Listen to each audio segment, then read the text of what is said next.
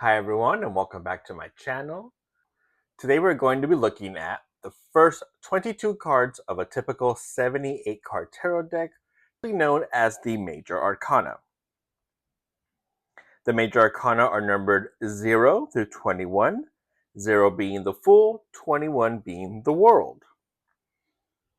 The Major Arcana typically symbolize major life events, karmic influences, and archetypal type energies. In a reading, these cards can signify major milestones or life achievements that you may have gone through, maybe you are going through, or you will be going through. The major arcana are typically referred to as the Fool's Journey, which focus on a long-term personal transformation, beginning with the Fool and again ending with the World card. So let's go through each card. I will give you the general definition and my personal interpretation of each card. So here we have card number 0 in the deck, which is the Fool card. This card typically represents a fresh start, something new, going on a journey. For me, I see this card as a transformation, something happening, a new idea, a new journey in your life, something that will transform you and shape you in the future. The next card is card number 1, also known as the Magician. When you pull the Magician in a reading, it typically means having everything you need, all the tools necessary to go on your journey, to start your life, to do what you need to do. For me, I read this card as having all the knowledge and the know-how to get something done. Not every tool is physical. Your brain can be the most powerful tool that you have. Next, we have the High Priestess. This card typically represents everything to do with your intuition, trusting your gut, and knowing yourself. To me, when I read this card, I think of knowing the truth, whether it be external or internal, knowing that sometimes you have to look at both sides of the coin to know the truth. Next, we have the Empress. This card is typically associated with a strong feminine power. We're talking goddess energy, we're talking nature, we're talking nurturing. And to me, that's exactly what I see with this card. It is a strong, motherly, nurturing presence, a strength, but a strength that's soft and caring, just like a mother. Next, we have the Emperor, where the Empress was a soft, nurturing, mother type energy. The Emperor is quite the opposite. This is a strong male figure. They know exactly who they are. And that's exactly what I think of when I pull an Emperor in a reading. It typically represents someone strong, knowledgeable, someone who stands their ground and does not waver. Next, we have the Hierophant. The Hierophant is here to remind us that traditions and family values are there for a reason. When you pull a Hierophant card in a typical reading, it usually reminds you to look on your morals, your beliefs, where you grew up from, and where you have been. To me, this card could typically mean two things. Remember where you came from, but also you don't have to rely on where you came from to shape your future.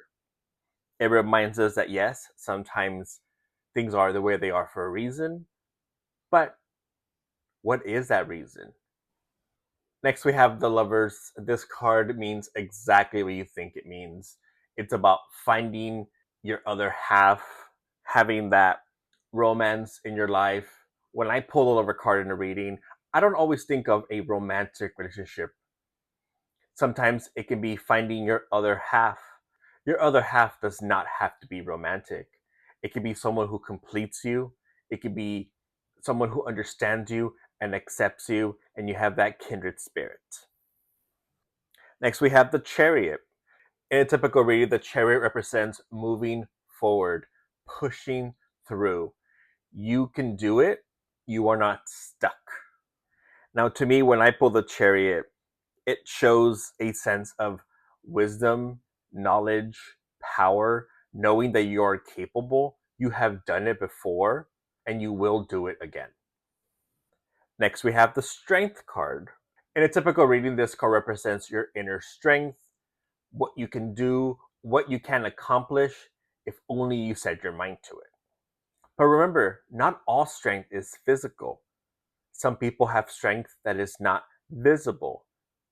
Some people are smart beyond their years. Some people just have that wisdom. That is also a type of strength. Next, we have the Hermit. The Hermit card typically represents going on your own, being in solitude, self reflection, making your own path. Now, to me, there is absolutely nothing wrong with being alone. There is absolutely nothing wrong with wanting to do things your way, be your own light in the shadow. When I pull this card, to me, it's about finding yourself, who you are, and what you mean to yourself. Because ultimately, if you don't know who you are, how can you move forward? Next, we have the Wheel of Fortune. Typically, when this card is pulled in a reading, it can mean a cycle. Your future lies ahead of you, and there is only one path. It's not about controlling your future, it's about knowing where your future lies.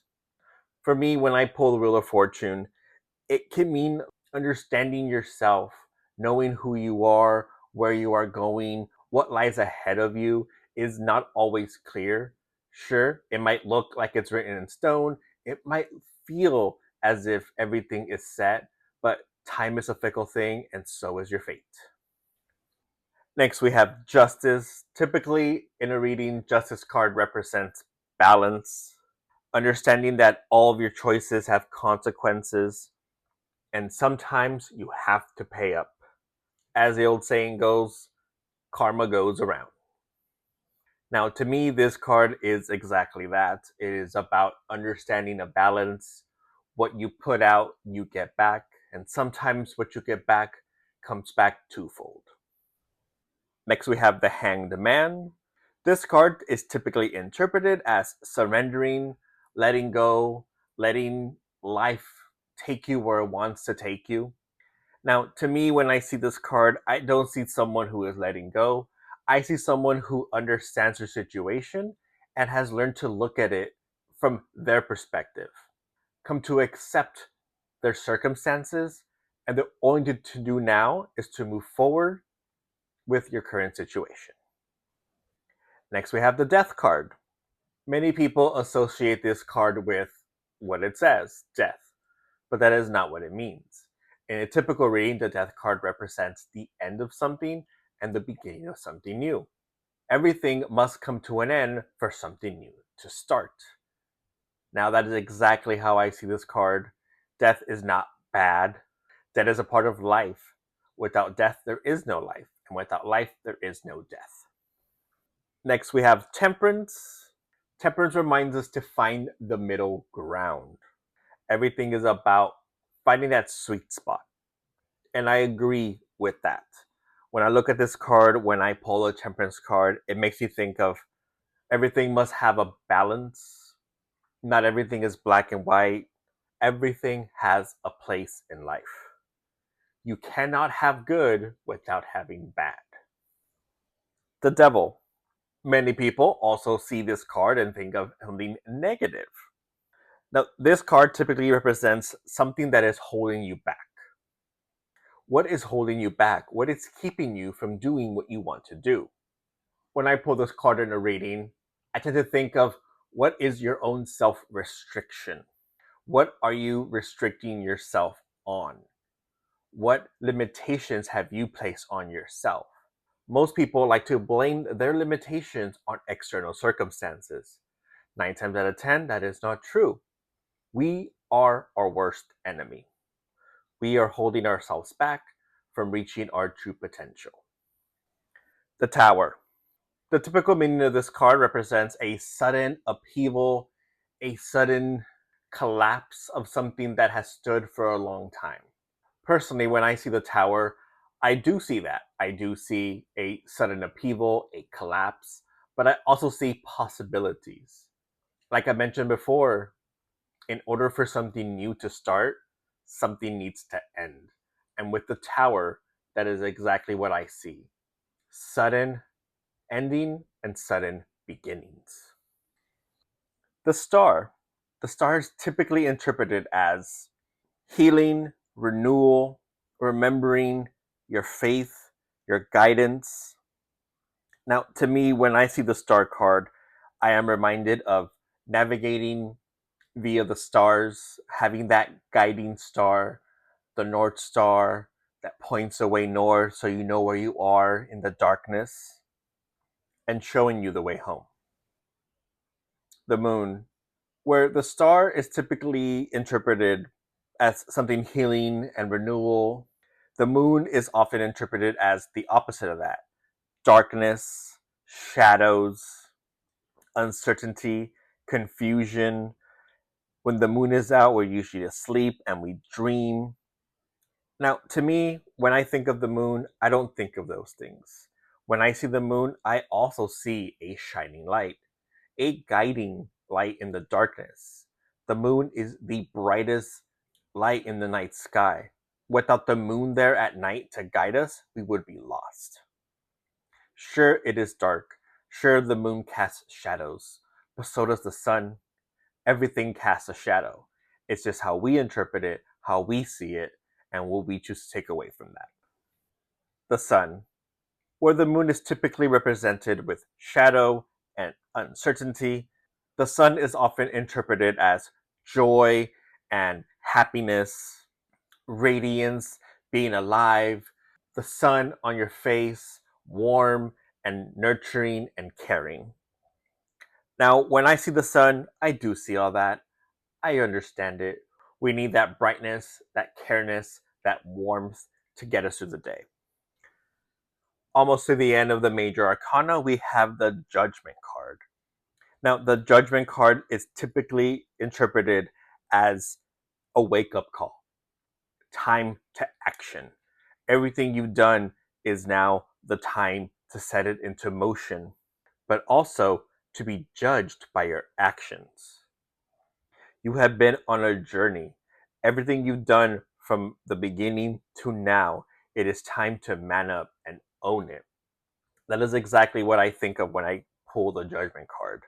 It is a wake up call. It is the universe saying it is your time to answer for everything: the good, the bad, the ugly, whatever it may be. And the last card in the Major Arcana is the World card. The World card is typically interpreted as the end. You have finished your journey. Whatever you were on, it is done. Time to rejoice and be happy with what you have accomplished. To me, when I pull the World card, it means two things. It means completion. This is your time to celebrate. You've earned it. You've worked very hard, but also time to start anew. One chapter of your life has closed. This chapter in your life may be over, but it is just the first chapter. There are many more to come. So that was the 22 cards of the Major Arcana, their typical interpretation, and my own personal interpretation of some of the cards. Now, as you may have realized, some of my interpretations do match with what these cards are typically interpreted as saying. Others were just a little bit off. And that is the great thing about tarot. Tarot can be made your own. When we learn tarot, we learn the typical meanings of each card.